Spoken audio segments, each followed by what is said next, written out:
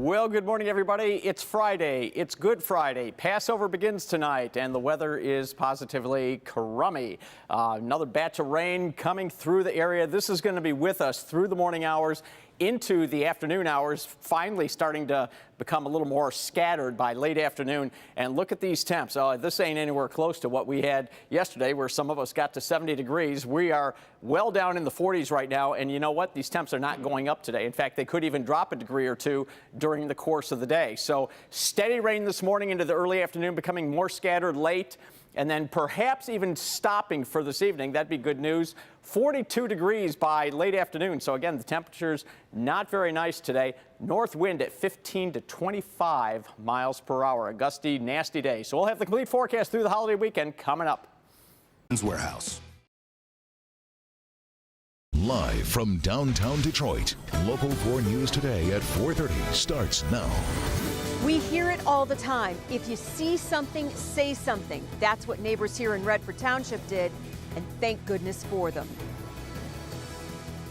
Well, Donald Trump finally responds to the Mueller report. New this morning why he's pointing a finger at former President Barack Obama. Well, not a real pretty day today. We have rain today, of course. We have rain chances tomorrow. But what about Easter Sunday? Well, can we make it 3 out of 3? I don't think so. But we will have your complete forecast straight ahead. Okay, so what happened? We were at 60 this time yesterday. Now we're in the 40s?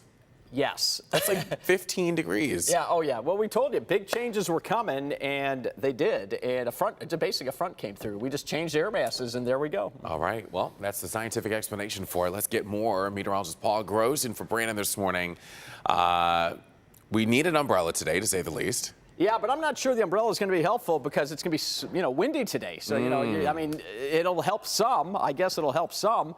But temperature at Metro is 44 degrees, and we're basically going to be seeing, temperatures in that low to mid 40 range, probably just low 40s all day long. Wind is north at 10 at Metro. It's going to pick up today.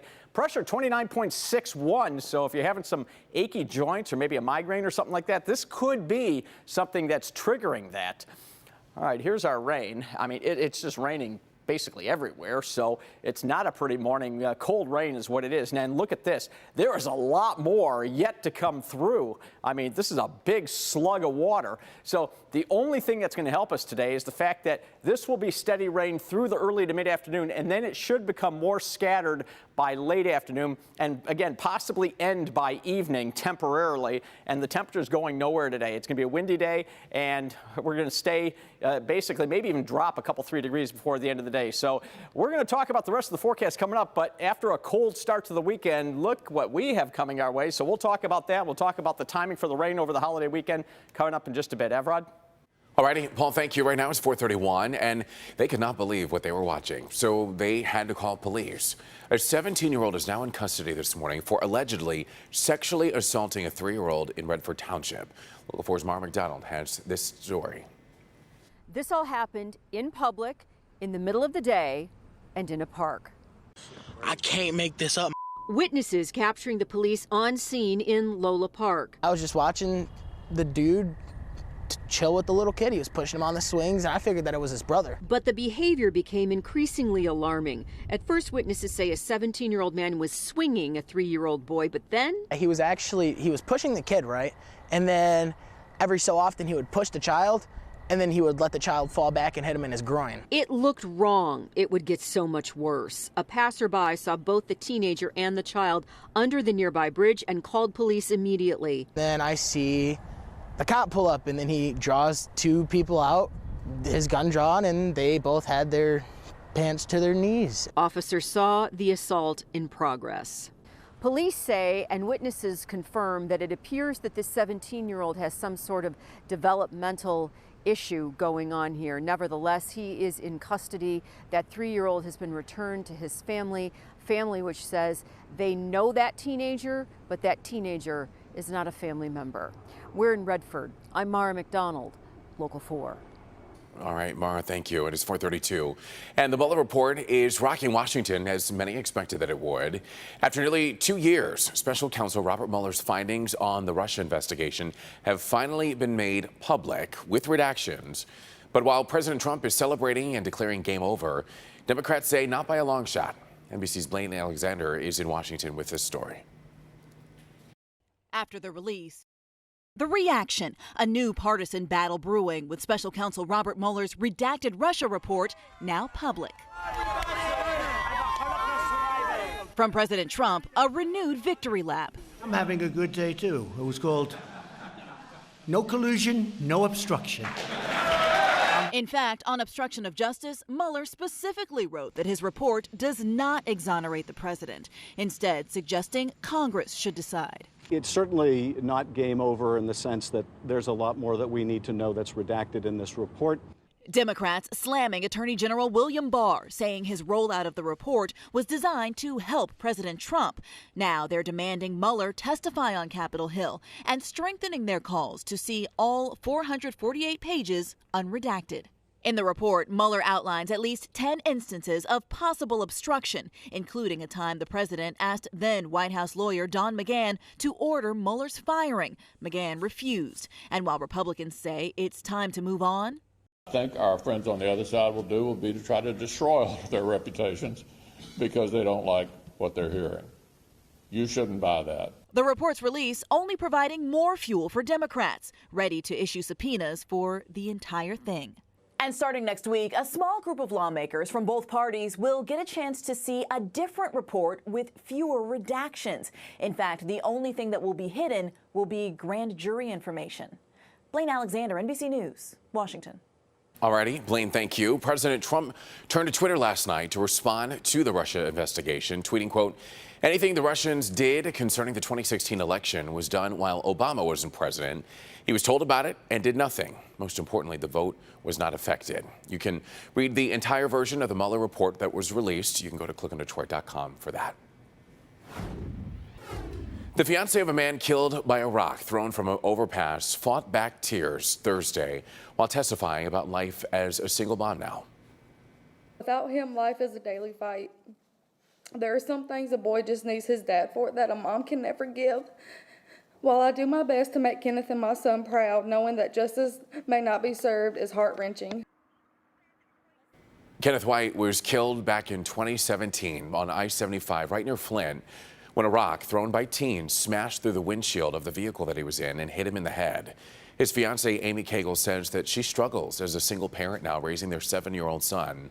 Thursday's testimony was part of a hearing for 4 of the defendants. A judge still needs to decide if they're going to be sentenced as juveniles as part of a plea deal. There's a 5th defendant who's 19 years old who will be sentenced as an adult.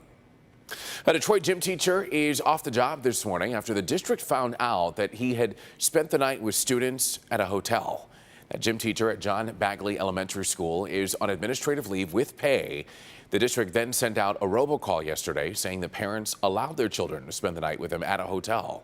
He's under investigation now for misconduct, but earlier we got a chance to speak with a mother who allowed her child to stay with the teacher.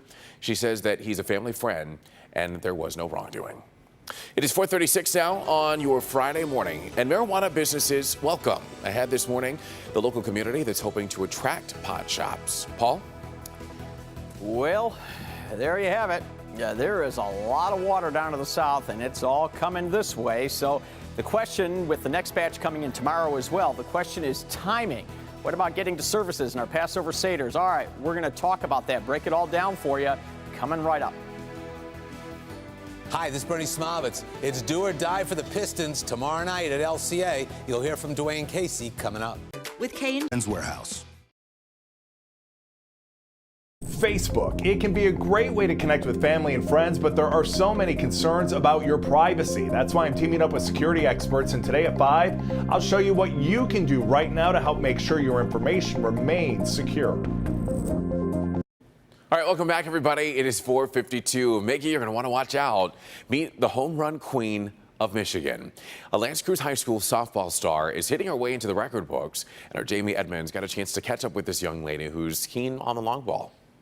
When Brooke comes up to the plate, the softballs usually end up somewhere around here. She's the home run queen, not just of L'Anse Creuse, but also the state of Michigan. So this field looks pretty good.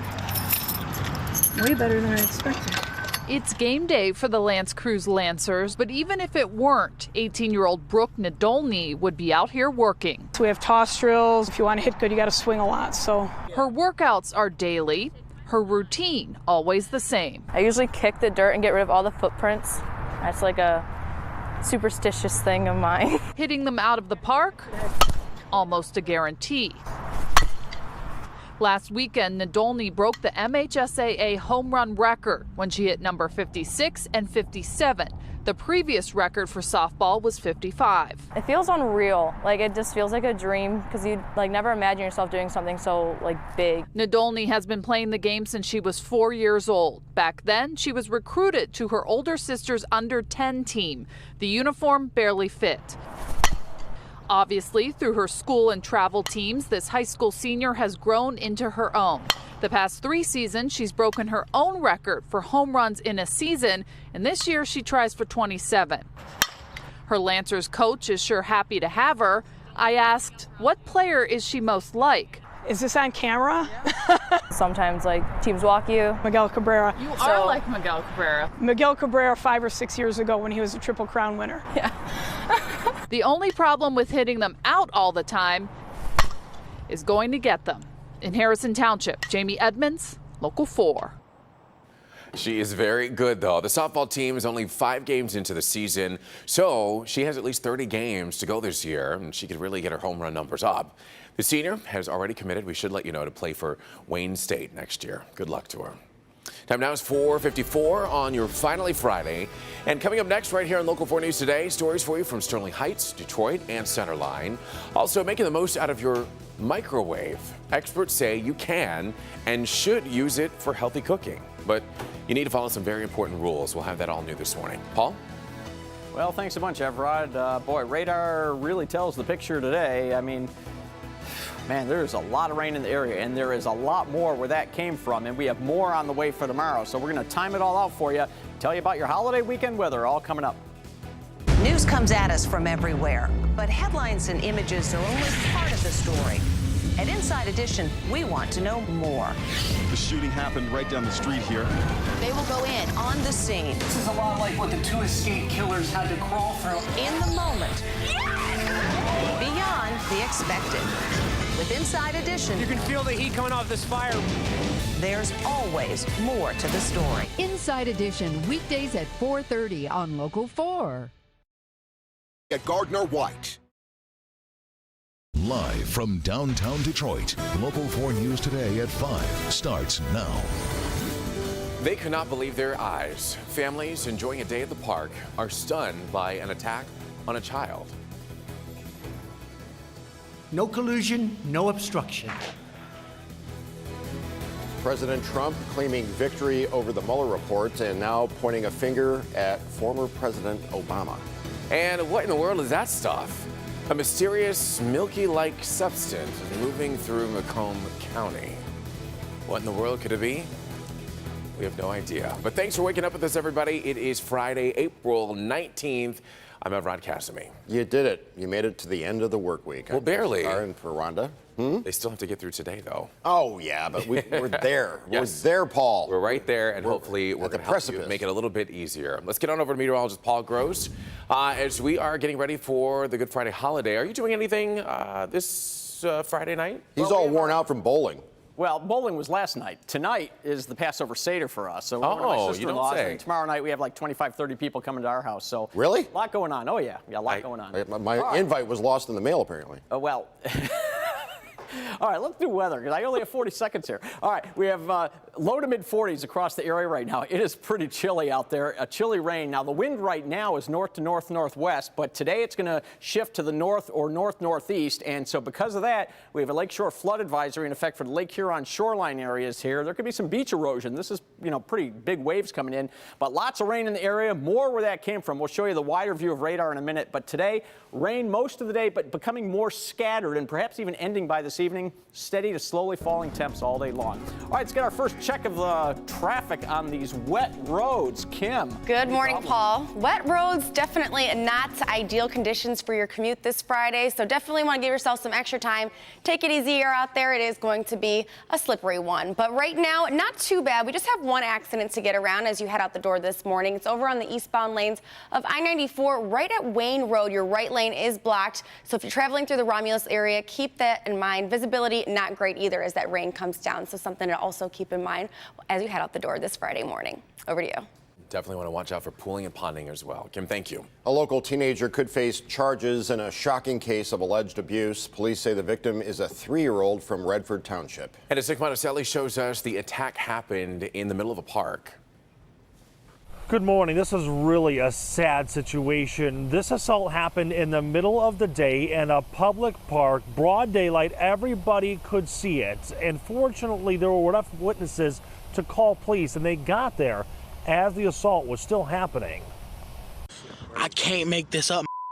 Witnesses capturing police on scene in Lola Park yesterday. That was the end to unfortunate events. I was just watching the dude chill with the little kid. He was pushing him on the swings, and I figured that it was his brother. This man, who did not want to be identified, saw a 17-year-old man swinging a 3-year-old. But then he was pushing the kid, right? And then every so often he would push the child, and then he would let the child fall back and hit him in his groin. It got so much worse, though. A passerby later saw both the teenager and the child under the nearby bridge and called police immediately. When they got there, the assault was still happening. Then I see the cop pull up, and then he draws 2 people out, his gun drawn, and they both had their pants to their knees. Now, it should be noted that both police say and witnesses confirm this 17-year-old has some kind of cognitive disability. The 3-year-old is back with his family. The 17-year-old is in custody, and the 3-year-old's family says they know the 17-year-old, but he is not a member of their family. I'm Nick Monticelli, Local 4 News Today. Nathaniel Abraham has pleaded guilty in an indecent exposure case out of Pontiac. The incident happened last August when Abraham arrived at a woman's house and asked to cut her lawn. A judge accepted Abraham's plea, sentencing him to 30 days in jail with credit for 30 days served. However, Abraham is going to stay in jail as there are 2 criminal cases pending against him. One is for allegedly fighting with sheriff's deputies and another one for multiple drug charges. Abraham is due in court next month for the drug charges case. Well, a ceremony is held in Paris to honor firefighters who battled the Notre Dame blaze, saving the priceless artifacts inside. Almost 300 firefighters were hosted by French President Emmanuel Macron last night. The cathedral spire was destroyed and its roof collapsed, but the bell towers remain standing. French investigators are looking into whether an electrical short sparked that fire. Now to the Mueller report. In addition to claiming vindication, President Trump is now pointing fingers. Yeah, last night he tweeted this response to the Russia investigation, saying, quote, anything the Russians did concerning the 2016 election was done while Obama was president. He was told about it and did nothing. Most importantly, the vote was not affected. For more fallout from the report and what comes next, we're going to turn now to Tracy Potts in Washington. Hey, thank you, everybody.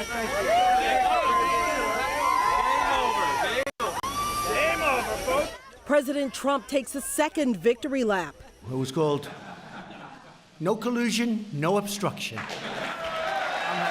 But for Democrats, the Mueller report raises more questions than answers. It's certainly not game over. The report outlines 10 areas of possible obstruction, including multiple attempts to fire Special Counsel Robert Mueller. Mueller says he could not determine the president's intent. Those acts of obstruction of justice, whether they are criminal or not, are deeply alarming. Mueller left it to Congress to follow up. And the responsibility now falls to Congress to hold the president accountable for his actions. They not only want the full report. No one outside the department has seen the unredacted report. They want Mueller to testify. I want to be able to ask Mr. Mueller, who is a former Republican-appointed FBI director, about what happened with this investigation. Republicans deny Attorney General William Barr no collusion gave the report a positive spin for President Trump.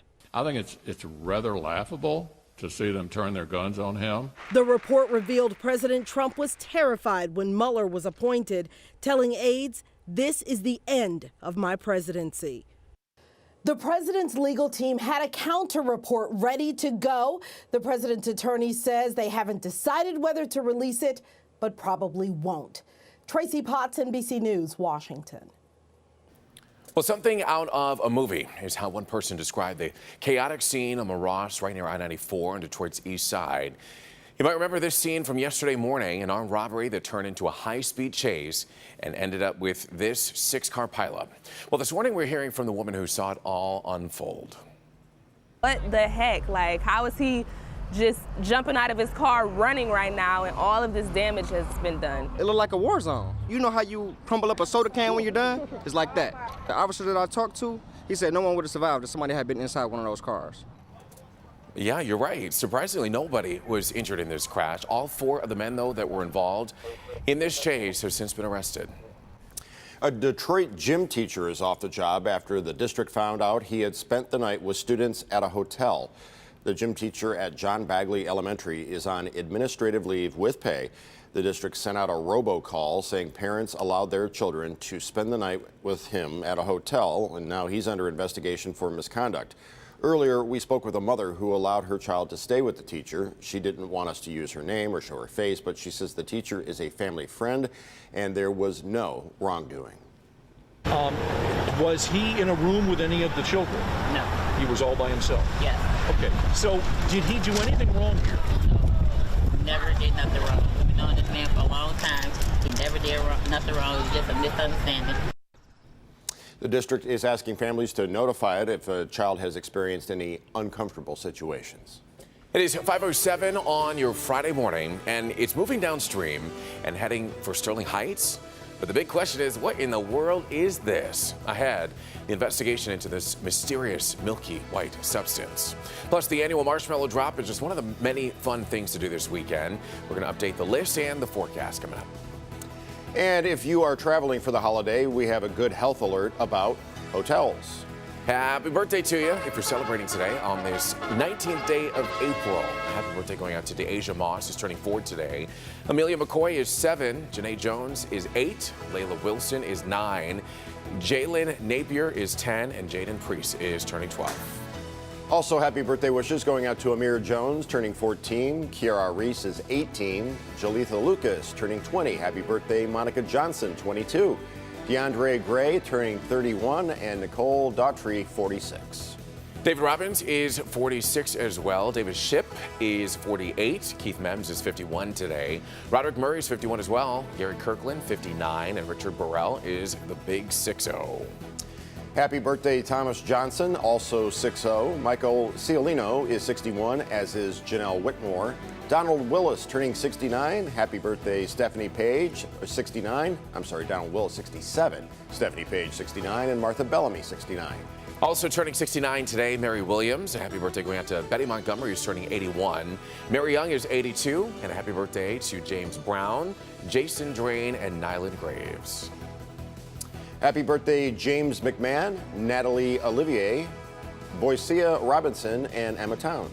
And a happy anniversary going out to Cheryl and John Wedded. They're celebrating their 45th wedding anniversary. Happy anniversary to you and happy birthday to you at home if today is your special day. We're back in a minute. Healthy. The storm that swept through the southeast turned deadly Thursday night. A woman was killed in Alabama when strong storms knocked down a tree onto her mobile home outside of Birmingham. This is one of at least 2 deaths that have been connected to those storms thus far. And that same storm system brought some pretty dangerous weather to the southeast, hitting parts of Louisiana pretty hard. Thursday's heavy rain and flooding even stranded several drivers in Baton Rouge. When you look at the rain that we're getting, you can consider us kind of lucky. I know that we do have some accidents on the road that you're monitoring this morning. That's right. Tricky travel today, that's for sure. But like you were saying earlier, Paul, you don't have to shovel water. Right. I like that. Yeah, you're right. And, you know, and it's rain, but it's not violent rain. And we'll take that over again, what they had down south. And there's an even bigger severe weather risk along the east coast today. I'm going to show you that in a minute. So if you're traveling out east, just beware. That could get kind of nasty and rough out there today. We'll show you that again in a second. Right now, we have a lot of rain in the area. Temps mostly in the low 40s. We have 44 at Metro, and I guess we'll celebrate. That's the warm spot. But the wind is not too strong right now. And notice it's from a north or even a north-northwesterly component here. But that's going to shift around to the north to north-northeast during the day. So that's why we have a lakeshore flood advisory along the Lake Huron shoreline. And there you see in all its glory, all the rain. And believe me, there is more. I mean, this is pounding rain here, and there is more down to the south. Now, as you broaden out the view, you can just see this just stripe of moisture extending all the way down to the Gulf. And there is a big blob of this stuff to our south that has yet to come through. And then once we get into the later afternoon, you see how things start to break up down here? Now watch right here. See where it's right there? See it's starting to break up a little bit? Well, the big chunk of energy aloft that's triggering this expansion of the rain, that's going to move off to our northeast during the day. In fact, I'll show it to you on the model. So here we are right now, and watch what happens by late afternoon. You can see where the energy just kind of takes that better enhanced rain and moves it to our northeast. We kind of diminish to a scattered shower late afternoon, and it may even end altogether in the evening hours. So we've been telling you for a couple, 3 days now, that's great news heading to services this evening or to a Passover Seder. So again, we may get a break this evening, and then look at tomorrow morning. This low is just the gift that keeps on giving. It's going to spread more rain into the area, and look at this. By midday, this is a solid stripe of rain, even heavy rain, over the area. Not violent, just heavy. And then that continues pushing to the northwest, and once again, like today, we may get a diminishing of the rain by late afternoon. So heading to a Passover Seder or just an Easter weekend dinner Saturday evening, we may be able to end some of that rain. And then this low starts weakening and it starts drifting off to the east. And for Easter Sunday, right now we're going with a dry day, and we might even get a little bit of sunshine. The grass will be wet in the morning for the Easter egg hunt, but by afternoon, hopefully things will dry out a bit. And then even through the end of the day, we're going to stay dry. And then this whole frontal system will come in here late Monday into early Tuesday. But here's that severe weather threat on the East Coast. And you see this bullseye right here, this red area? That is a moderate risk. That's 4 out of the 5 scale, 0 to 5 scale, or 1 to 5 scale. And so you can see here, I mean, this is from basically a large chunk of Virginia into the Carolinas here, and the yellow is still a slight risk, and that goes from Washington all the way down into the Florida Peninsula. So this is a pretty serious wave of storms. Destructive straight-line winds and tornadoes are even possible. So temperatures holding steady where they are right now today. So it's going to be a cold rain. It's going to be windy, not a nice day. And then temperatures stay cold tomorrow. So another chilly one, 48 the high. But look at this. We recover on Sunday, mid-60s. And these 60s are going to stay with us all the way through next week. Good news if you're coming to Ann Arbor for our Weather Radio Day on Wednesday, Kim. Great news. I can get down with 60s. Oh, yeah. All right. Good morning, everyone. Well, 60s later in the forecast, but today we're just dealing with a lot of rain, which makes your commute pretty tricky out there. We've got one problem that you want to keep in mind, especially if you need to catch a flight headed to the airport today. We've got an accident over on the eastbound lanes of I-94 right at Wayne Road. The right lane is blocked there, so keep that in mind. No major slowdowns right now as traffic volumes are still fairly light as you head out the door at this time. Also want to keep you updated on some construction over on M5 for the weekend. The westbound side will be closing down between Middle Belt to I-275. That closure starts at 9 p.m. and it's going to reopen Monday morning at 5 a.m. So in the meantime, you can get around this by using Grand River or 8 Mile instead. Now, at your Lincoln dealer. All right, we have a lot of rain in the area. It is going to be coming down all the way through rush hour and becoming more scattered by late afternoon. Temperatures are doing nothing today. We are going to be basically low 40s most of the day, and it's going to become windier through the day as well. So it's just going to be a nasty cold rain all day long. Kim? no fun, especially for your commute this morning. So give yourself some extra time, and also watch out for this accident on westbound I-94. It's right at Cadju. Your right lane is blocked. Good news, though, the other accident we had in Romulus has just cleared. The Crescent Hotel in Arkansas, known as America's most haunted hotel, has become spookier after buried human specimens were discovered on the property. So an archaeologist collected 500 bottles on the land that was once owned by a man named Norman Baker, who used the hotel to treat cancer patients about 100 years ago. The bottles that you're looking at there contain human tissue, as well as organs and even tumors, which were allegedly removed by Baker. Experts say this discovery will help paint a better picture on Baker's practices. Very interesting. Yeesh. We are working on several news stories for our next half hour, including reports out of Trenton, Pontiac, and Centerline. Also, marijuana users are welcome. One Oakland County community trying to attract more pot shops. But first, the milky mess causing concern for folks in Macomb County. Public health workers trying to figure out where it's coming from and how to stop it. Live from downtown Detroit, Local 4 News Today at 5:30 starts now. Whew, it came out of nowhere. A ladder slamming into a car. The crazy accident caught on dash cam. And take a look at this. Something is moving through a Macomb County waterway.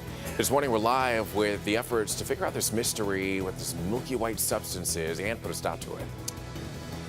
We've been getting our fair share of spring showers, but will the Easter egg hunt need to be indoors this year? Well, we'll find out from Paul here in a second. Good morning. Yes, good morning to you as well. It is Friday. You finally made it. I know you still got to get through today, but the good news is that you woke up this morning and we're closer to the weekend. Ain't that the good news? Pour another cup of coffee, put some bacon, awaken to the smell of bacon, Paul. Wait, but I thought we did a story the other day. We shouldn't eat bacon. No, we forget about that. There'll be we don't another eat story. bowls of bacon anymore, just like a That's saucer. Old news. We can eat bacon again, according to Jason. All right, we are in the low to mid 40s. The warmest temperatures are in the southeast here, where it's 44, 45 degrees. Harrow, Ontario, 46. You're the warm spot. But look at this.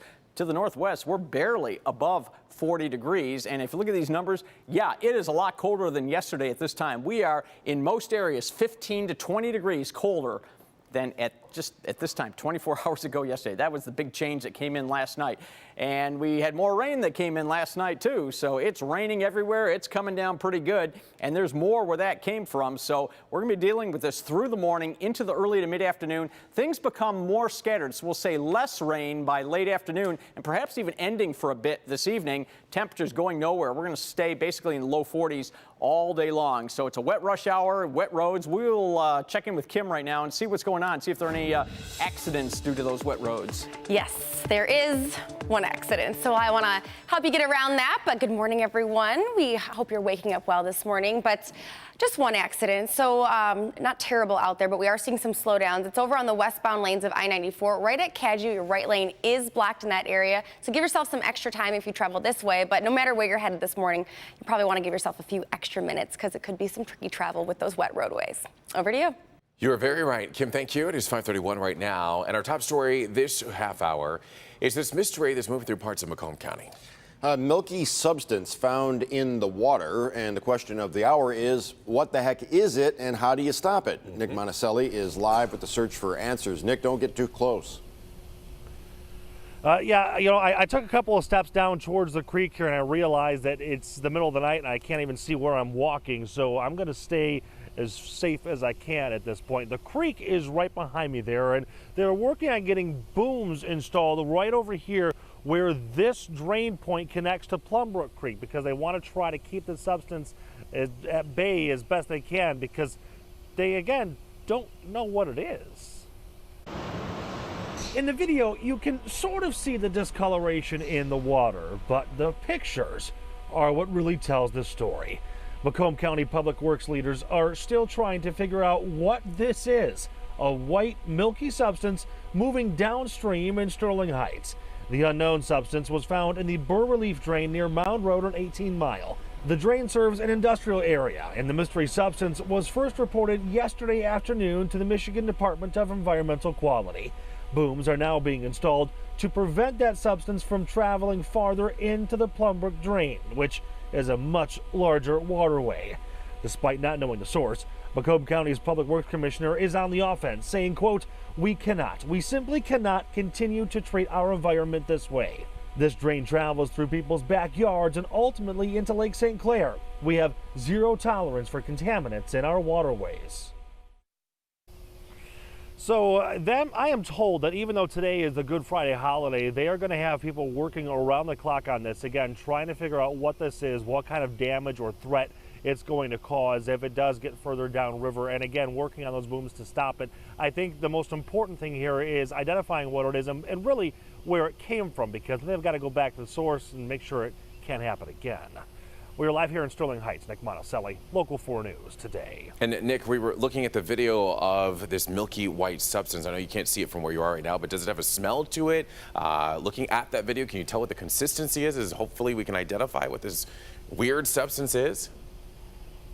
Yeah, you know, the problem is that you really couldn't get close enough to it to try to even get your hands inside of it. And frankly, I don't even know if you'd want to because you don't know. So we don't know how thick it is. We don't know the substance of it. I can tell you there is kind of a smell in the area, but I'm pretty sure that's just your normal, it's raining, there's worms, there's fish in the area kind of smell. So the best answer I have for you is we don't know anything. Yeah, okay. Well, it's still a mystery, and hopefully they'll get to the bottom of it very soon. Nick, thank you. Time now, 5:34. And the fiance of a man killed by a rock thrown from an overpass fought back tears while testifying about life as a single mom now. Without him, life is a daily fight. There are some things a boy just needs his dad for that a mom can never give. While I do my best to make Kenneth and my son proud, knowing that justice may not be served is heart-wrenching. Kenneth White was killed in 2017 on I-75 right near Flint when a rock thrown by teenagers smashed through the windshield of the vehicle that he was in and hit him in the head. His fiancée Amy says that she struggles as a single parent since he died, raising her 7-year-old son. Thursday's testimony was part of a hearing for 4 of those defendants. A judge still needs to decide if they'll be sentenced as juveniles as part of a plea deal, but then there's a 5th defendant, a 19-year-old, who'll be sentenced as an adult. A police sergeant in Centerline is being credited with saving a man's life along I-696. Last night, the 24-year-old was on the overpass on Van Dyke, threatening to jump. The first officer on scene joined him along the guardrail and eventually was able to talk him down. He basically told me that he had hit rock bottom and there was really nothing worth sticking around for. And I just began telling him that once you hit that rock bottom, there's only way you can go is up. So things will get better from here. We talked for a while, and that's when he decided to, come back from the other side of the gate. The man is now under evaluation at a hospital. It is 5:35 on your Friday morning. It's still ahead, making the most out of your microwave.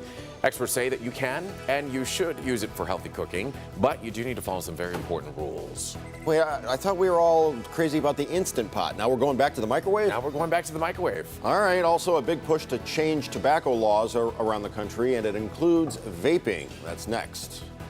24 months. New plans in the works to make a major change to tobacco laws. Thursday, Senate Majority Leader Mitch McConnell said he plans to raise the national minimum age to buy tobacco from 18 to 21. The bill will cover all tobacco products, including ever so popular vaping devices. McConnell hopes to target the rise in teen vaping by raising the minimum purchase age. He did not release specifics, but he said he plans to introduce the bill next month. Family members, survivors, and first responders will gather today to mark the 24th anniversary of the deadly Oklahoma City bombing. It was on this day back in 1995 that Timothy McVeigh set off a vehicle bomb outside of a federal building in downtown Oklahoma City. Now, the bombing killed 168 people and injured more than 680 others. McVeigh belonged to a radical right-wing survivalist group that was based here in Michigan. And this morning, a remembrance ceremony will be held at the Oklahoma City National Memorial. 168 seconds of silence will be observed at exactly 9:02 a.m. That's the time of the bombing. And family members and survivors will read all the names of those who were killed. An Ohio man accused of pretending to be a missing Illinois boy is scheduled to be in court today. Authorities say 23-year-old Michael Rinney, who's pictured here, told police that he was Timothy Pitson, who's a boy that went missing back in 2011. Well, DNA tests later determined that Rinney was not that missing boy at all. Investigators are believing that Rinney came up with this after watching news about Pitson. Catholics and Christians around the world continue to observe the most solemn period in the liturgical calendar known as the Easter Triduum. This afternoon at the Cathedral of the Most Blessed Sacrament on Woodward Avenue in Detroit, Archbishop Alan Vigneron will celebrate Good Friday services. They will start at noon with Stations of the Cross and conclude with the celebration of the Lord's Passion at 1 tomorrow on Holy Saturday. The Archbishop will preside over the Easter Vigil at 9 p.m. at the Cathedral. The Archbishop will then celebrate Easter Mass on Sunday morning at 11, also at the Cathedral. And then over in Southfield, everyone's invited to attend Good Friday services there, as well as drive-up services at St. David's Episcopal Church. That's located on West 12 Mile Road, right near Everett Street. Robed ministers will pray and distribute olive wood crosses free of charge to all who drive to the south entrance of the church from 7 this morning, I should say, until 6 this evening. The church will also be holding 3 indoor services today at noon, 3, and then again at 7. All right, tomorrow, Belle Isle Nature Center is hosting its 3rd annual Green Day celebration. The Free Earth Day event is Saturday from 11 to 3 and features plenty of indoor and outdoor activities, including earth-friendly crafts and nature hikes and zookeeper talks. Learn how to grow plants and make tote bags from upcycled T-shirts. The Belle Isle Nature Center includes a bee exhibit, bird observatory, a butterfly garden, and, of course, play areas. And the Michigan Science Center is celebrating Earth Day this weekend as well. All right, in honor of Earth Day, the center is offering free general admission this Saturday from 10 to 5. The event allows families to explore hands-on activities, exhibits, and shows. And Detroit's Beacon Park invites families to its annual Easter extravaganza. That's tomorrow from 1 to 5, and there will be free Easter activities for everybody. An Easter egg hunt, peeps, s'mores. Yeah, peeps, flower pot decorating, and even a chance to meet the one and only Easter Bunny. Oh, very cool. Today, Wayne County Parks hosting the 35th annual Marshmallow Drop. The free event begins in just a few hours at Elizabeth Park in Trenton at 9 a.m. and in Nankin Mills Park in Westland starting at 11 a.m. And there you just saw the helicopter. They are actually going to have the Easter Bunny dropping over 20,000 marshmallows from the sky there in that copter. Children will then race to collect the marshmallows, as you're seeing them do here on your screen, but they exchange those marshmallows for prizes. And then to celebrate the 100th anniversary of Wayne County Parks, a golden egg can be found amongst those marshmallows for a special prize. You know, there's going to be one kid that goes to eat that. That would be my son. Timmy, no! He's all of 2 years old, and Shay would eat that marshmallow faster than we could pick it up off the ground. Yeah, I'm wondering if they're actually going to be able to get the helicopters up there today with the low ceilings and the rain and the wind and stuff. So I'm not sure if there's an indoor option, or I'm not sure how that's going to play out. Right now, we're in the low 40s in most areas, and the wind is not terrible right now, a little breezy in spots, but it's going to pick up during the day and swing around to be more of a north to north-northeast direction, which causes problems along the Lake Huron shoreline. That's why we have a lakeshore flood advisory in effect. And I got a great storm pin for you. Great shot of the lightning from the storms the other night. And this was posted, by the way, taken in Willis. If you've never heard of Willis, that's between Ypsilanti and Sumter Township. Population a little over 4,000. So, hey, hello to everybody in Willis this morning. Great shot of that lightning. Thanks for posting that for us here on Storm Pins. So now, no lightning, but here's the rain. And you can see there is a big slug of this stuff yet to come through. But if you look further down, you'll watch here toward the end of the loop, it starts to break up a bit, and that's a good sign for us because we're going to have steady rain for a while today. But by the time we get to the end of the afternoon, it's going to be more of a scattered pattern. But right now, boy, it is just rain and rain, and even heavier rain coming in right now, just crossing the state lines. This is going to be a tough commute into work today for those that have to work. It'll probably be lighter volumes because it's a holiday, of course. So here's the rain first thing this morning. As I mentioned, by afternoon, the model is showing us what I just showed you basically on radar, that this will become much more scattered and perhaps even end altogether this evening. So that's good news, but it's a temporary break because late tonight, we're just going to have more rain thrown this way. Now, here's midnight, so again, things have kind of ended, but we're going to have this stuff just thrown right back at us. And in fact, by the middle of the day tomorrow, look at this. This is a really solid band of rain coming across the area. So this is a good 2-3 hours of really solid rain, middle of the day, pushing to the northwest, and then by tomorrow evening, just like today, we could see this stuff break up and maybe even end. And that would be great news getting to the second night Passover Seder. Of course, tonight we have services in the first night of Passover, the Seder. So both days we could maybe see things end just in time to getting out and about. And then things really end Saturday night. And we're going to be dry for the day on Sunday. By the way, total rain, this is from this past night all the way through Saturday. We could be well over an inch in the southeastern part of the area. So this is not trivial. This is a lot of rain. But today, temperatures going nowhere. We're going to stay in the low 40s all day long. And again, it's going to get breezier and breezier and windier as the day goes on. Still in the 40s tomorrow, a cold day, but we rebound We're calling Sunday dry right now. We should get at least partial sun, 64 degrees. That would be pretty good. And we're going to stay in the 60s all next week. And don't forget our Weather Radio Day Wednesday in Ann Arbor. We'll be at the Mueller on Ann Arbor Saline Road from 11 to 7. Come on out and get your weather radio. Kim? Thank you, Paul. Well, lots of rain out there today. Ladies, don't even bother doing your hair. It's a waste of time. All right, so let's take a look at your commutes. As we were talking about earlier, it's going to be a wet one, so make sure you give yourself some extra time. Watch out for pooling and ponding. We've got one accident to get around this morning. It's over on the westbound lanes of I-94, right at Cadieux. Your right lane is blocked in this area, so be careful there. But thankfully, just one accident to get around as of right now. Do want to keep you updated on construction. If you travel over on westbound I-94 between I-75 to Woodward, you'll see one lane blocked there for about 24 hours. It starts tonight at 9 p.m. Wrapping up tomorrow, same time, 9 p.m. And then eastbound I-696, you will see a slowdown there if you travel between Mound and Gratiot. That's because 2 lanes are blocked, and that starts tonight at 9 p.m. and it's going to wrap up at the end of May 24th. So definitely want to give yourself extra time if that's part of your commute. Over to you. All right, Kim, thank you. It is 5:47, and we are open for business. That is the message the city of Pontiac is sending as it gets ready to grant the first of many licenses for medical marijuana. The city clerk will announce a 21-day period in which medical marijuana applications will be accepted, and that period will begin no later than Monday. Applications will be accepted for growers, processors, safety compliance facilities, and secured transporters.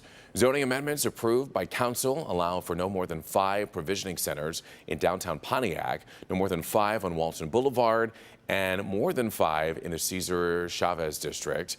The city hopes the new business will bring a good amount of money back to the city, which will go towards road and community projects. In good health, new findings about cooking with your microwave. According to one dietitian, it's more than just okay. The nutritional value may even be more than when you cook or boil your food, but there are some do's and don'ts, so you may want to follow those. A study published in the Journal of Food Science cooked 20 different vegetables, finding that microwaving and baking preserve nutrients better than boiling, proving you can use your microwave to defrost, cook, and make nutritious foods. However, dietitians say there are just a few rules to doing it safely. First, have a thermometer on standby. Vegetables and meat should reach 165 degrees to eliminate bacteria that can make you very sick. And make sure the order in which you defrost and cook meat is fast and consecutive. If you're defrosting meats, especially to cook them immediately, if you're doing it at the defrosting in the microwave, to prevent growth of bacteria, because while you're defrosting, some of the meat actually might start cooking. So you need to cook the meat right away. Eggs are possible to scramble in the microwave, but skip making hard-boiled eggs. There's actually issues with eggs exploding. Of course, the most common microwave dish is probably leftovers. For that, remember to stop and stir while it's reheating. Because otherwise, if some parts are heated more than the others, that part will cook faster than the other parts. My mom wouldn't have a microwave in our house until the 1990s. Wow. She was afraid of the radiation. The study also confirms what many already know. Do not use plastics in the microwave. Glass containers and paper plates and bowls should also be avoided in the microwave. I've heard you should avoid styrofoam as well. So check this out. A wayward polar bear over in Russia becoming kind of a social media sensation, I guess you could say. Residents of a village on Russia's far eastern Kamchatka Peninsula were stunned when they saw this polar bear climbing onto the shore. Well, hundreds of miles away from the usual habitat, which made them take all this video. The bear prowled the village, searching for food, even peering into windows, giving neighbors a scare. Can you imagine looking up and see a polar bear looking at you? The bear, now named Umka after a polar bear cartoon character, is waiting to be airlifted back to the Arctic Circle. Looks like such a gentle creature, doesn't it? Eat that fish. 5:51 is your time, and in the nick of time, police officers helped save a newborn's life, and their dramatic actions were all caught on camera. We've got that story coming up after the break.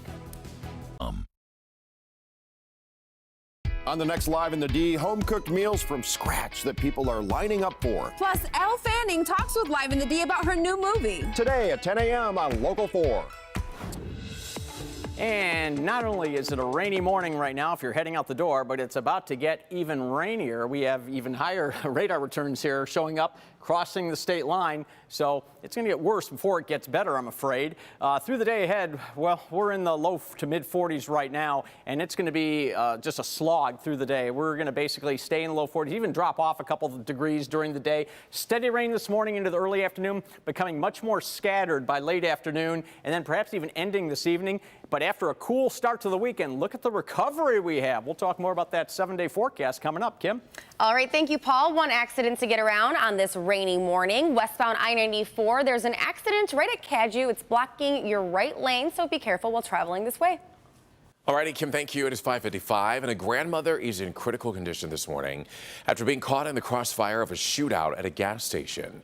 Police were called to the Marathon gas station in Mount Morris Township, which is just 4 miles north of Flint, on Thursday afternoon after reports of a shooting there. An elderly woman was pumping gas into her car when the gunfire started. She was actually hit by at least one bullet. There's another woman inside of one of the suspects' cars. She was also hit and had to be rushed to the hospital. Police arrested 2 people that they believe are involved, but they're still searching for a third person that they believe got away on an MTA bus. So they say walking under a ladder is bad luck. We all know that. But apparently for one woman, driving into a ladder is just as bad. It was the last thing that this woman expected to happen as she was heading down a highway in California. Watch this. Oh! Oh my goodness. Can you believe this? A ladder comes flying seconds after being run over by a van. Right now they have no idea how the object got there, who it belongs to, what car it came from. The driver, a college student named Maddie Nelson, says they can't afford the repairs and hopes that somebody will come forward and take responsibility. Man, oh man, they are certainly lucky to be alive. You know, that's like your worst fear. Another frightening moment caught on camera as police officers in Brazil rushed to save a choking infant's life. Now, this dramatic footage shows the officers trying to revive the infant who had actually stopped breathing. The officers attempted the Heimlich maneuver on the 21-day-old baby. Baby responded and was rushed to the hospital. Police say baby is doing well, thank goodness. Yeah, glad they were in the right place to be able to help out when needed. It is 5:57, everybody. Coming up all new 6 o'clock, local stories for you from Detroit, Lathrop Village, and Redford Township. Plus, Mickey D's is going back to the basics when it comes to its burgers. We'll explain, and we have an update on this incredible photo taken by a Michigan woman just moments before the Notre Dame Cathedral caught fire. That and more when we come right back in 1 minute. Keep it here.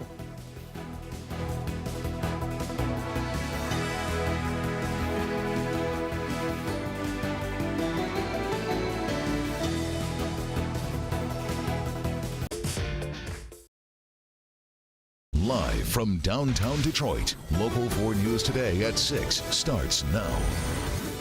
Well, they knew something was wrong, and now a 17-year-old is behind bars after witnesses allegedly saw him sexually assaulting a child at a local park. Plus, a battle brewing on Capitol Hill after the findings or non-findings in Robert Mueller's Russia investigation released to the public. While the president says game over and celebrates, Democrats say game on. Let's go. And get ready for a wet weekend. We got rain, and a whole lot more rain on the way. You see all that green there on the map. I do want to say a big hello, good morning, and a welcome to the Green and Pink, which would be the AKAs. They're having their big, huge event here this weekend, their conference, and there's like 3,000 of the AKAs that are over at the RenCen, and they've been here for a couple days. Welcome. So, welcome to Detroit. Unfortunately, the weather is not that great today or through the weekend, but we know that you'll have a lot of fun here. 5:59 on your Friday, we made it. Yeah, you know what just occurs to me? Some people are at home from school, from work, and now they can just relax and join us all morning long. You think they're up this early if they're home from all those things? Paul, what do you think? Well, they'll at least be up for Live in the D, Jason. Yes. Oh, that's, 10 a.m. Well, of course, 10 a.m. right here on Local 4. All right, we're going to start with wind because it's going to get windy today, and this wind direction is going to push already high lake water levels onto the shoreline here. 4-foot waves with beach erosion very likely. So for that reason, the National Weather Service has issued a lakeshore flood advisory. Now, again, the whole counties are filled in, but it's just for the shoreline areas here along Lake Huron. So just be aware of that if you live up that way. For the rest of us, it's just water coming down from the sky, not from the lake. You can see this here, just a lot of water around. It is a very wet commute this morning, and it's, again, going to be a windy day. You factor that in with the rain and temperatures that actually may drop a degree or two, just kind of holding in the low 40s today. I'll just come say it. It's a pretty crummy day. So we have this batch of rain to talk about. Then we have more to come on Saturday. We're going to time that all out for you coming up. Guys? All righty, Kim DiGiulio, of course, keeping tabs on the roads for us. A lot of pooling and ponding leading to at least one accident, we would imagine. Pooling and ponding is Evrod's favorite phrase, we say. He loves it.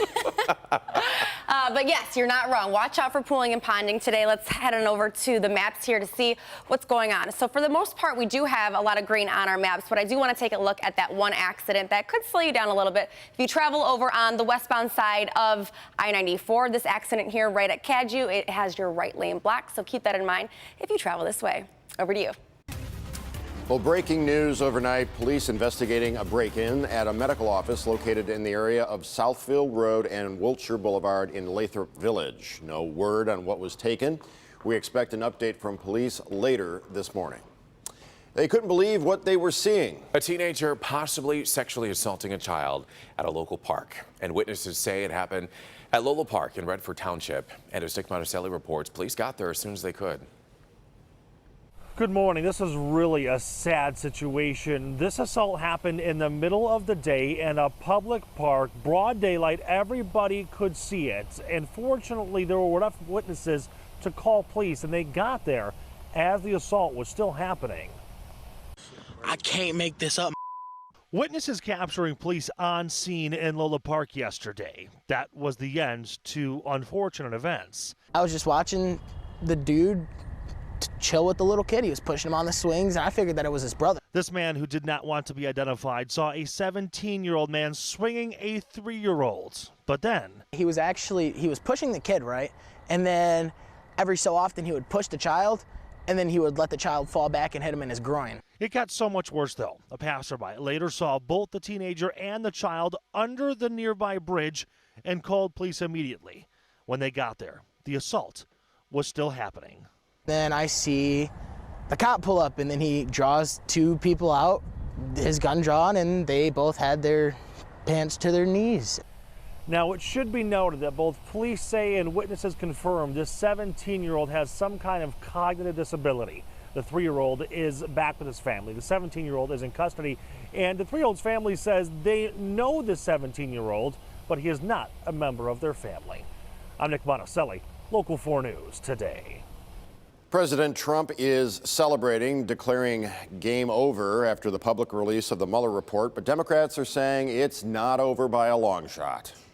After the release, the reaction. A new partisan battle brewing with special counsel Robert Mueller's redacted Russia report now public. From President Trump, a renewed victory lap. I'm having a good day, too. It was called No Collusion, No Obstruction. In fact, on obstruction of justice, Mueller specifically wrote that his report does not exonerate the president, instead suggesting Congress should decide. It's certainly not game over in the sense that there's a lot more that we need to know that's redacted in this report. Democrats slamming Attorney General Barr, saying his rollout of the report was designed to help President Trump. Now they're demanding Mueller testify on Capitol Hill and strengthening their calls to see all 448 pages unredacted. In the report, Mueller outlines at least 10 instances of possible obstruction, including a time the president asked then White House lawyer Don McGahn to order Mueller's firing. McGahn refused. And while Republicans say it's time to move on, I think our friends on the other side will be to try to destroy all of their reputations because they don't like what they're hearing. You shouldn't buy that. The report's release only providing more fuel for Democrats ready to subpoena the entire thing. Next week, a small group of lawmakers from both parties will get a chance to see a different report with fewer redactions. In fact, the only thing hidden will be grand jury information. Well, it was like something out of a movie. That's how one person described the chaotic scene on Moross near I-94 on Detroit's east side. You might remember we showed you this video just yesterday morning. An armed robbery turned high-speed chase that ended with a 6-car pileup. Well, this morning we're hearing more from the woman who saw it all unfold. What the heck? Like, how is he just jumping out of his car running right now and all of this damage has been done? It looked like a war zone. You know how you crumble up a soda can when you're done? It's like that. The officer that I talked to, he said no one would have survived if somebody had been inside one of those cars. Pretty scary stuff, and surprisingly, nobody was hurt in that crash. All 4 men involved in the chase were arrested. And now an update to a story that we broke yesterday morning. A homicide investigation continues as a body was found after 2 homes caught on fire in the area of South Leibold and I-75 in southwest Detroit. The body was found with its limbs missing. The cause of the fires, though, still being investigated. A ceremony is held in Paris to honor the firefighters who battled the Notre Dame blaze, saving the priceless artifacts inside. Almost 300 of them were hosted by French President Emmanuel Macron last night. The cathedral spire was destroyed in that fire. The roof collapsed, but the bell towers remain. The essential structure is still there. French investigators are looking into whether an electrical short circuit sparked that blaze. Meantime, the father and daughter at the center of this viral photo have been identified. Brooke Windsor, who is from Fenton, snapped the picture of the playful dad and his daughter in front of the Notre Dame Cathedral just hours before it went up in flames. Following the devastating fire, Windsor took to Twitter in hopes of finding the family in the photo. 200,000 retweets later, she happily announced the photo has found its way to the dad. The father asked to remain anonymous, but thanked her for taking such a beautiful photo. Well, ahead, Instagram passwords exposed. We'll tell you what Facebook is now revealing about its popular app. Also ahead, a workout that promises to burn away the fat. Rhonda Walker shows us next in Fitness Friday. But and it's time to play today's trivia before we go to break. Today is the annual marshmallow drop over in Wayne County, and we are asking you how many years have families enjoyed this tradition? We actually gave you the answer a short time ago. This is a little while ago. That's why you should watch. Head over to clickondetroit.com to read more about it, and while there, click on the contest page to answer for your chance to win a Tormina's Pizza gift card. Don't forget to include a picture of yourself. We will reveal the winner coming up during our 6:30 half hour. Sunday.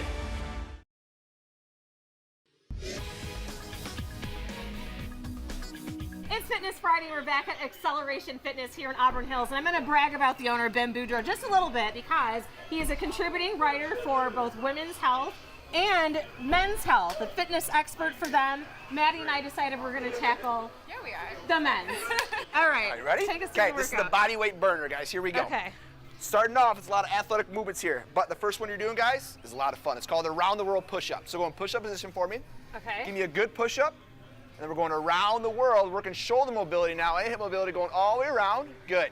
Let's do one more push-up, then bring it all the way back. So now we're stretching, working mobility, working upper body strength, working our core. Good. Now we are popping up. Okay, now we're getting a little bit more athletic here. We're going lateral bounce, all right? So we're going side to side, loading that knee, loading the hips. Now we're getting that heart rate up just a little bit. Perfect. Now to make sure the heart rate's up, we're gonna stop. We're gonna go high knees now. So in place, high knees, going up. Good, good, good. Again, by this time, you're already sweating at the heart rate burning. It's all body weight. Now, going back down, all the way to the ground, we're gonna go Superman hold. So it's a little bit different. Your heart rate's resting just a little bit. Now we're working the back side of our core. So we're going up with our hands, up with our toes, squeezing that butt, squeezing the low side of the back, and back down. Hold 3 seconds, back down. So this is good for mobility. This is good for core strength. Good, pop back up. Last thing we got, guys, this is the finale here. This is the burpee broad jump. So we're gonna do a nice burpee all the way to the ground. Good, nice and slow all the way to the ground. Good, Rhonda, go down to a push-up. Always have to do Yes, and then you pop up.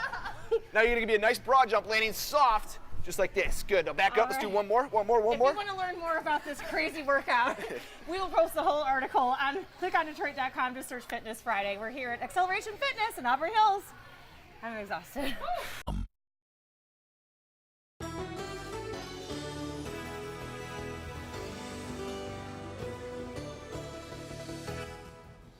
More than 100 million throughout the Ohio Valley and the East Coast bracing for severe storms. The same system has already left a path of destruction throughout the South. The National Weather Service is reporting at least one tornado tore through Mississippi on Thursday. Arkansas, meanwhile, is dealing with floodwaters. And then over in Texas, storms left homes and cars damaged and many without power in Copperas Cove, which is about 65 miles northwest of Austin. Just kept getting louder, like a freight train was going over the house, you know? And the house was shaking. You can see what it did to the doors and the trees out here. All I could think was, man, Mother Nature. The crazy thing is, today I was planning to mow the backyard. Wow, the power of Mother Nature. Authorities confirm at least 2 weather-related deaths in Mississippi and then 1 in Alabama. Let's check in with meteorologist Paul Gross. Is any of that severe weather headed our way? Not at all. Not at all. Oh. It's, I mean, we're really living large here. I know it's going to be a crummy day, but we don't have any violent weather. It's just going to be nasty, that's all. Low 40s across the area. The wind is generally north or north-northwest. That's going to shift around a bit to the north-northeast today, which brings in those big waves on the Lake Huron shoreline. So there's a lakeshore flood advisory in effect there.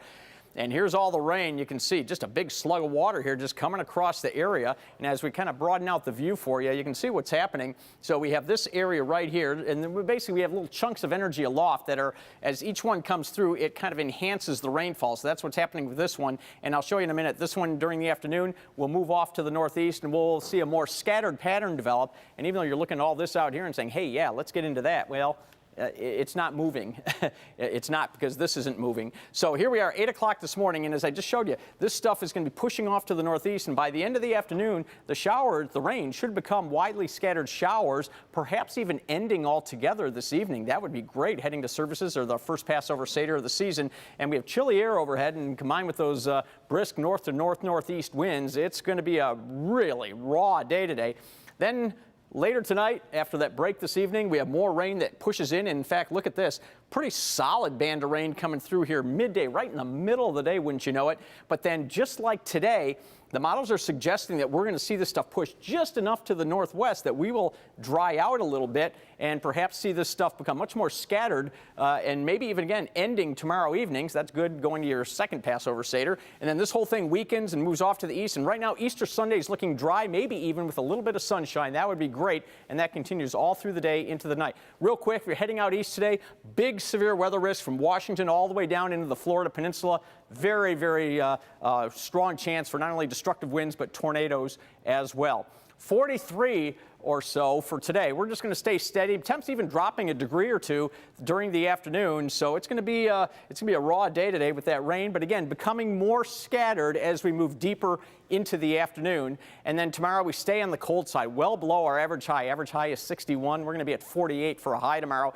Easter looking much better. Again, partial sunshine, 64 degrees for the high, 69 on Monday. Chance of showers Monday into early Tuesday. And don't forget, our weather radio day is next Wednesday at the Mueller in Ann Arbor on Ann Arbor-Saline Road. All right, here's our weather window. And Josh Strand braving the elements. He's in Livonia, and that's the just our heart goes out to all the veterans. The POW MIA Memorial there in Livonia. And just not a nice morning out there. Thanks for getting that shot, Josh. All right, Kim? Yeah, go back in the truck, Josh. Stay dry. Good morning, everyone. Well, it is damp out there. The roadways are wet, so make sure you give yourself some extra time. Tricky travel out there with those wet roads. But the good news is that we don't have any accidents right now. We had a couple this morning, but they have cleared since then. So I want to update you on some construction. We've got a few projects to get around, so we'll start with this one over in Detroit. The north and southbound lanes of Livernois closing at I-75. This closes tonight at 10 o'clock, opening on Monday morning at 5 a.m., just before your morning drive. So in the meantime, for the weekend, you're going to want to use Junction or Waterman to get around that. Also, M5 closing down on the westbound side between Middle Belt to I-275. This closure starts 9 p.m. tonight, reopening Monday morning at 5 a.m. as well. You can get around this by using Grand River or 8 Mile as an alternate route. Over to you. All right, Kim, thank you to 617, everybody. Breaking news just into the Local 4 newsroom involving the future of the Red Wings. Team owner Christopher Illich, Red Wings GM Ken Holland, and former Red Wings star Steve Yzerman will be holding a news conference at 3 p.m. Now, we don't know yet exactly what they do plan to discuss, but of course, we'll bring it to you live on our website. You can go to clickondetroit.com. Again, that conference is scheduled for 3 p.m. So what you're telling me is you have all day to get excited about the news that's most likely coming. In consumer headlines, Facebook admits that its Instagram password breach is actually larger than it thought. Facebook initially estimated that only a few thousand Instagram passwords were exposed. Now it turns out they're saying millions of Insta passwords were stored in plain text giving Facebook's 20,000 plus employees access to users' login information. Social media giant is under investigation by numerous government agencies for its data collection and privacy practices. Coming up today at 5 p.m., Help Me Hank special report. He's teaming up with security experts and will show you how to make sure your online information stays secure and how you can re-secure it if you think that it's been compromised. Well, you could soon be seeing fewer Pier 1 imports around as the home decor store announced a new fiscal plan to its investors. A big part of it is closing stores. Pier 1 saying that it's considering closing up to 45 locations for the 2020 fiscal year. That's on top of the 30 stores that it's already closed. No word on how many employees this would affect, but the company says even more Pier 1 locations might see their doors shut if performance and sales goals are not met. So Polo Ralph Lauren has unveiled a version of its iconic polo that's made entirely of recycled plastic bottles. Take a look at this. It's also dyed through a process using zero water.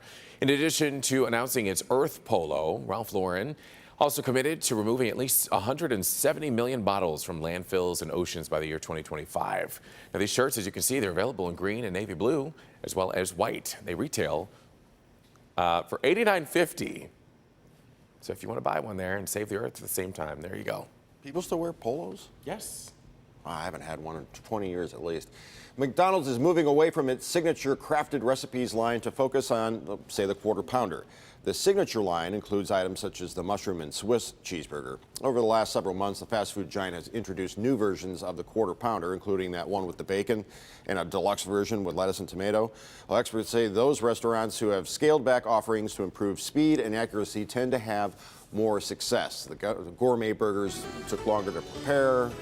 People were in the fast food or drive-through line longer and they were happy, so scale it down. I just want to go and make sure that the ice cream machine is working.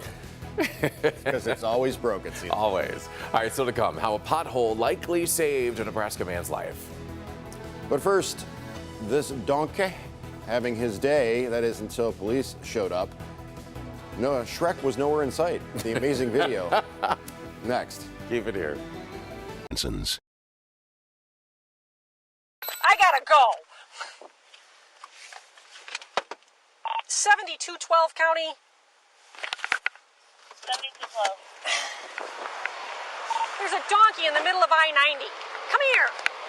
Come here, sweetie. Doesn't she know donkeys are stubborn? Sweetie. It's the last thing you would expect to find on a busy highway. However, on Wednesday, a donkey was spotted on Interstate 90 in Chicago. The furry four-legged creature apparently escaped from its trailer. Within the hour, the donkey, whose name is Duty, D-U-T-Y. Oh, thank you for clarifying. Was returned safely to its owners. So a stretch of road that sometimes sees a jackknife semi now has a jackass on the road. Well, there you have that. It's time for weather and traffic. Leading it off, Paul Gross. I'm not going to say it. I'm not touching that story with a 10-foot pole. You're not going to burrow into it further? No. I'll tell you during the commercial. Anyhow, a lot of rain in the area right now. We're going to pretty much average low 40s through the day. It's going to become breezier and windier. And the rain, fortunately, it looks like it'll become much more scattered as we get to the end of the day and maybe even end this evening. Kim? All right, well, we are looking right now at the maps right now, and you can see that the roadways are wet, but we still have green on the maps, and we'll keep you updated on any accidents. But right now, we are accident-free. Kim, thank you. It is 6:25, everybody, and next at 6:30, local stories for you from Sterling Heights, Pontiac, and Dearborn. Plus, thieves trapped, how a break-in at a local business backfires. And it's all the rage. I'm going to suit up and take you inside of a local rage room that is letting you smash away your stress. We're back with that and more in 1 minute. Keep it here. For less. Live from downtown Detroit, Local 4 News Today at 6:30 starts now. This milky mystery is going on over in Sterling Heights. The substance was found in a stream there, and it has sparked some health concerns. Plus, is Stevie Y coming back to the D? Certainly looks that way. The Red Wings holding a news conference today involving the team's future, and Yzerman will actually be there.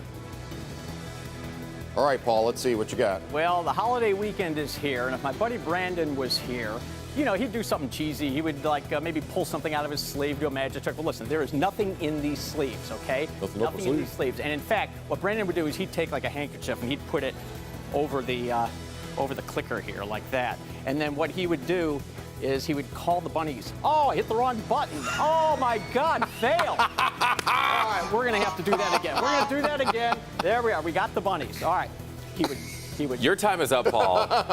You come to the desk now, cameraman. The Peep will have your holiday forecast. Oh, that was lame. Sorry, Brandon, I know he's watching, and he's.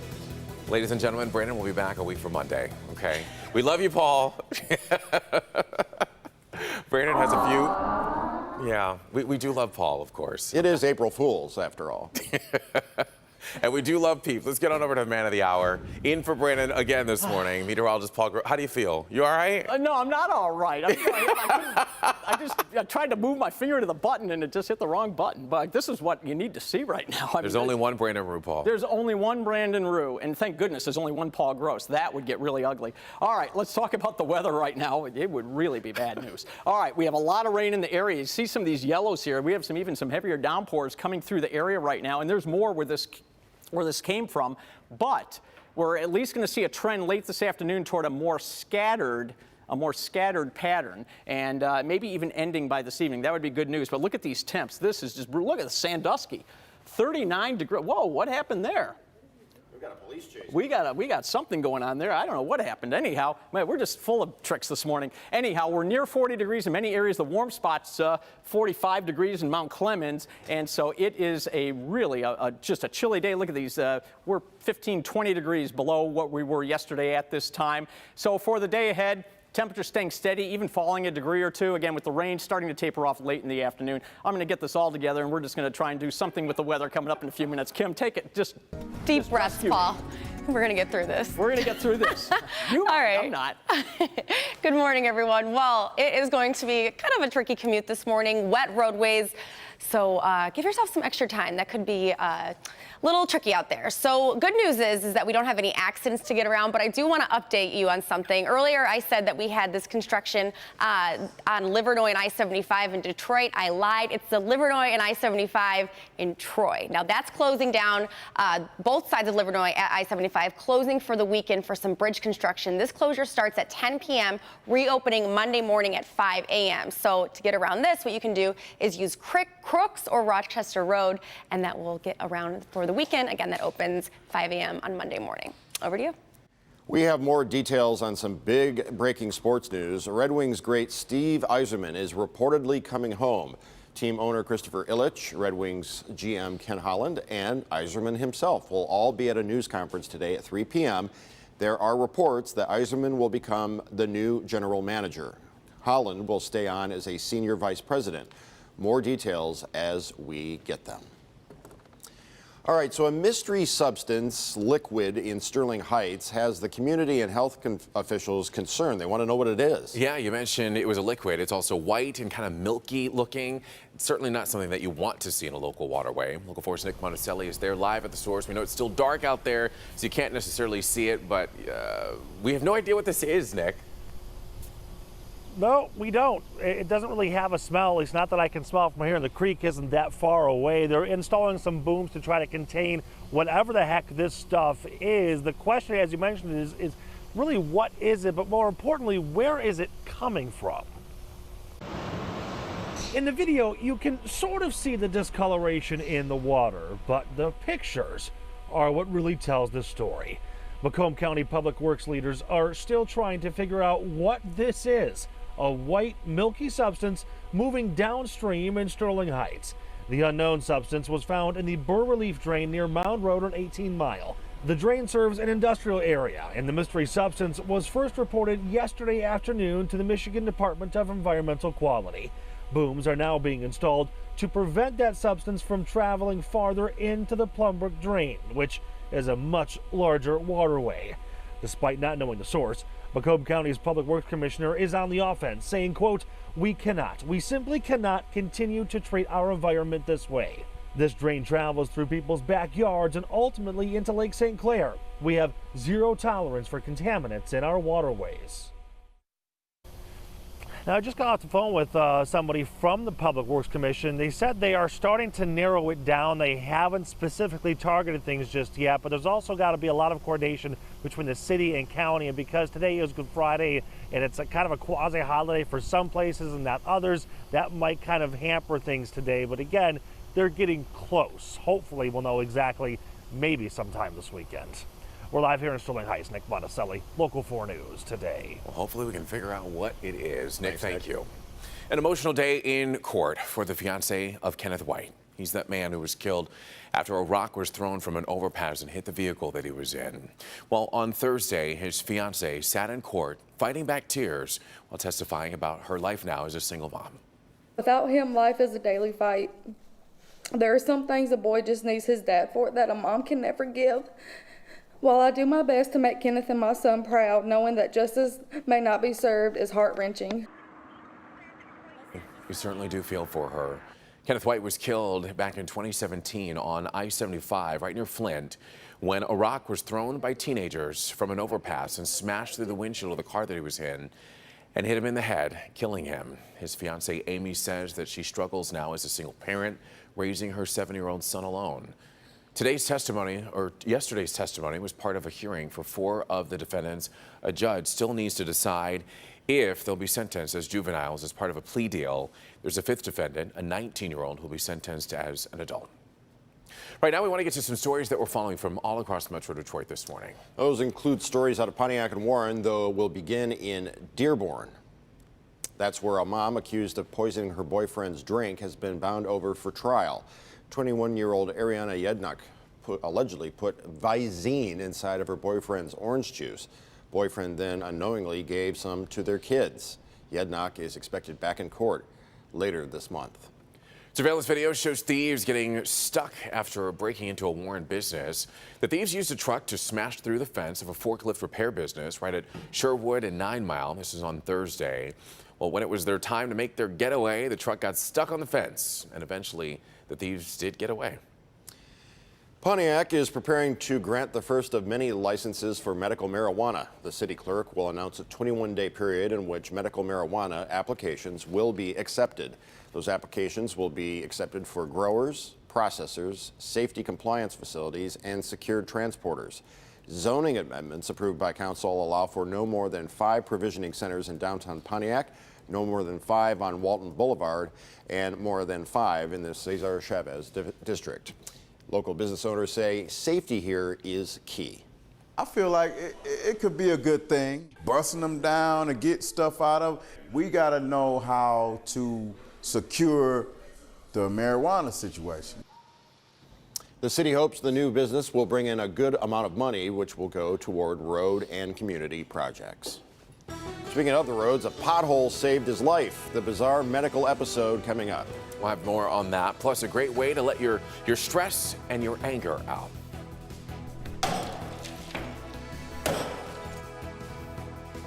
Let me just tell you, I had so much fun at this place. You don't have to hold it in there. This is a place where you can let it all out. And one local family has turned our desire to smash things and damage all kinds of expensive items into a profitable business. See what's all the rage coming up next right here on Local 4 News Today. Paul's going to do that. Key ingredients to a better diet are probably in your fridge right now. Tomorrow morning, several simple ways you can eat healthier without changing your routine. Call Sam. Welcome back, everybody. It is 6:42, and getting stressed out is easy, but getting rid of stress, not always that easy until now. One local family has created a business that helps you let out your inner aggression, and I got a chance to go inside of the Destruction Depot to relieve a little bit of stress. There are plenty of ways to calm down or release anger. You can exercise, have a glass of wine, or try a new way that's all the rage. I'm inside the Destruction Depot Rage Room. releasing some pent-up anger or frustration. A rage room is a place where people can come and smash a variety of everyday objects with a whole arsenal of weapons. Matthew Crawford and his wife Rachel own this rage room. It's one of only 2 that we found here in the state of Michigan. So our main clientele are women and teens. But men use these rage rooms as a way to release too. The concept and process is pretty simple. Sign a waiver and get suited up in safety gear. Have you ever had anybody do this in a suit and tie before? Purchase and pick out the objects you'd like to destroy from their full inventory. We gotta have some plates. Select your weapons. Golf club. And have at it in one of their rage rooms.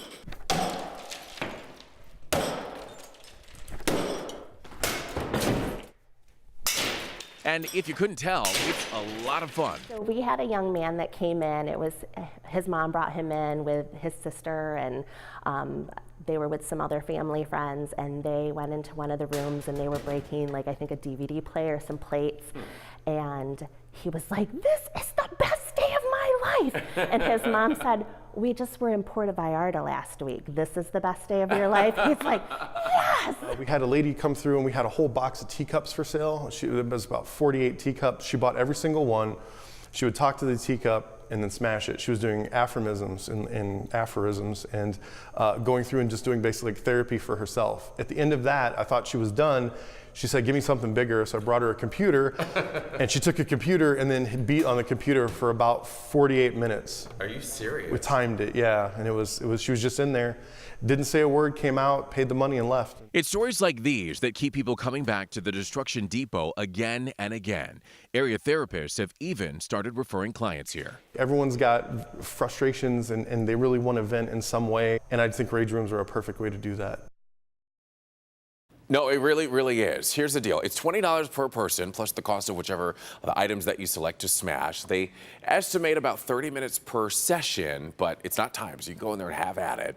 We should let you know Destruction Depot is in Whitmore Lake, Michigan, but a quick apology to the Crawfords for accidentally breaking 2 things that were not supposed to be broken. There's the golf club. I guess I didn't know my own strength there. And then I accidentally broke, they have this plexiglass there. I accidentally broke that as well. Oops, and it wasn't supposed to break. So take a look right here. Boom. Maybe I should try out for the Tigers. No. Look at that. That was a home run, don't you think? Looked like fun. It was a lot of fun. But the cool thing about it is when you break a weapon, which doesn't really happen very often, so I, dust off my shoulder there, they put it up on their weapon wall, broken weapon wall. So I signed the golf club for them and it went right up on the wall. I don't know how they're going to replace that plexiglass. Yeah. That sounds like so much fun. I'm gonna go. Yes, you should. I didn't really have a lot of aggression to get out. I'm generally pretty calm and happy. For sure. Oh, really? All this rain in the forecast. Oh, I was like, do we have a therapy session after the show? No, I'm just kidding. Paul clearly has some aggression to get out with that clicker. We need to take a sledgehammer to the old clicker. I mean, or is it the operator error? It was operator error, so we need to take a sledgehammer to the operator, I think. But anyhow, low 40s across the area. It's already breezy in some spots, and it's going to get breezier and breezier through the day, and these temperatures are not really going up today either. So it's going to be a pretty dismal Friday, and we have a lot going on. Of course, a lot of people going to services, Passover Seders this evening, so we'll get into the timing of things in a minute. But here you see all the rain that's over the area. It is top to bottom. Everybody is sharing in the wealth and broadening out the view. You can see more clearly what's going on. We have this big blob here that's yet to come through, and then we're going to see back here. If you watch carefully, you see it's starting to break up a little bit there. That's going to be a trend as we move into the evening hours and the late afternoon in particular. So watch, here's the morning.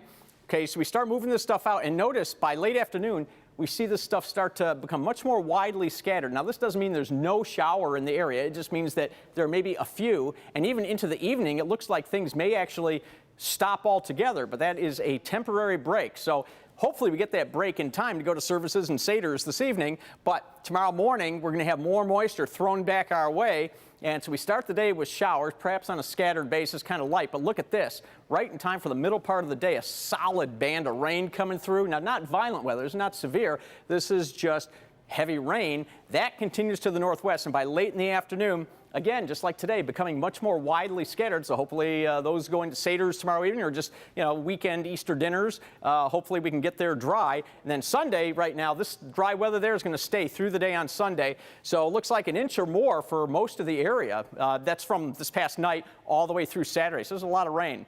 Today, again, temps not going anywhere, a breezy day with the rain, but breaking up late in the day. And then here's a 7-day forecast. So we stay cold tomorrow, still 48 for the high, but we rebound with partial sunshine to the mid-60s by Sunday. Kim?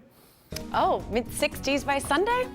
Easter. Aggression gone. Yes. All right, good morning, everyone. Well, looking pretty good out there on our roads right now, but remember they are damp, so maybe give yourself some extra time. A little bit of pooling and ponding out there. One accident could slow you down if you travel on southbound I-75. We have an accident right at Kniff here. Your two left lanes are blocked, so expect some slowdowns if you are heading to the city this morning. But other than that, we are looking good, but of course, be careful.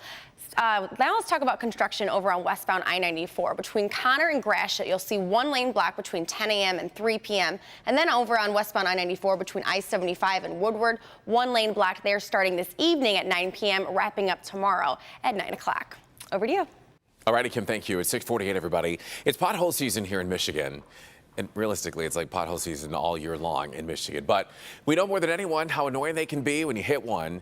But apparently, a pothole in Nebraska saved one man's life. Do you believe this? I do. An ambulance was rushing a 59-year-old with a racing heart to the hospital on Monday. At one point, the patient's heart reportedly hit a rate of 200 beats per minute. Just then, the rig hit a pothole, jolting the man's heart rate back to normal. Now, one doctor says it's a rare phenomenon, but it certainly can happen, as it just did. One way to treat that is with an electrical shock. Classically, you'll see on television, the paddle's clear and the big jolt. Turns out you can do that with a pothole. Now, hold up now. The doctor notes one case from the late 70s where he says a patient was jolted into a normal heart rhythm by a speed bump. This man is expected to make a full recovery. Now, hold on, Gretchen. I know we just heard that story, but we still need to fix the roads here in Michigan. So, I don't know. Have you known it to save anybody's life? No, but the end of my street, we've lived in our neighborhood for a decade, and every single year it gets worse and worse and worse, and they've only repaired part of the street, and they just make you tear your hair out. Well, you know that if you ever need a defibrillator, just drive down your street. I'm going to stand at the end of my street. I'm going to fix the damn roads. There you go. All right. Well, let's get into your calendar. For your calendar, got some events that are happening this weekend that you need to know about, starting with the 28th annual Bunnyville. It's plenty of fun for the whole family. It's over at the Detroit Zoo, and your kids can search for over 100 eggs that are hidden throughout the park. That's this Saturday and Sunday, Easter Sunday. There will be face painting, zookeeper talks, and even photos with the Easter Bunny himself. Guests are encouraged to bring food donations for Gleaners Community Food Bank. If you love riding your bike, check this out. Tomorrow is the opening party for the new Slow Roll project, Ride Detroit. The party takes place at George Gregory's men's clothing shop in Corktown at 6 p.m. There will be e-bike demos as well as food, drinks, and giveaways. The event is free, but be sure to register ahead of time. And today you can eat and sip your way through downtown Wyandotte at the Beer and Wine Stroll, or the Wine and Beer Stroll. The self-guided event comes with a sampling glass and a map of participating restaurants. And don't forget, you can pop into a couple of stores in between bites for some unique shopping as well. So it sounds like a good time over in Wyandotte. Wyandotte's super cool. It really is. Yeah, it's a lot of fun in Biddle. All right, we'll be right back with your stories to watch for. But first, we want to give you the answer to today's trivia. You might remember earlier in the show, we'd asked you how many years has Wayne County hosted the annual Marshmallow Drop? Well, the answer, if you were paying attention about an hour ago, 35 years. We told you that. We will mail a Termina's gift card to our winner, Leva Taylor from Inkster. Be sure to play every weekday right here on Local 4 News Today. We're back in a minute. President Trump is celebrating after the public release of the Mueller report. However, Mueller specifically wrote that his report does not exonerate the president. Now, Democrats are demanding Mueller testify on Capitol Hill, threatening to subpoena the entire report entirely unredacted. We might learn more after a 17-year-old was arrested and accused of assaulting a 3-year-old in Redford Township. It allegedly happened at Lola Park in the area of Beach Daily and Pomona Drive. The teen is known to the child's family, and the family members say the teen has developmental issues. A strange substance has been discovered in a drain near Mound Road and 18 Mile in Sterling Heights. Macomb County Public Works installing booms to prevent it from traveling farther into the waterway. They're still trying to determine the source of this mysterious liquid. Red Wings great Steve Yzerman is reportedly coming home. Team owner Chris Ilitch, current Red Wings GM Ken Holland, and Yzerman will be holding a news conference that's scheduled for 3 p.m. And there are reports that Yzerman will become the new general manager for the team, and Holland will stay on as senior vice president. We got more details for you as we get them. Paul. Well, thanks so much, Everod. We are waking up to a very wet and rainy Friday morning. You can just see on radar, I mean, not much more I have to say about it. It is just raining everywhere right now, and it's been raining for several hours now.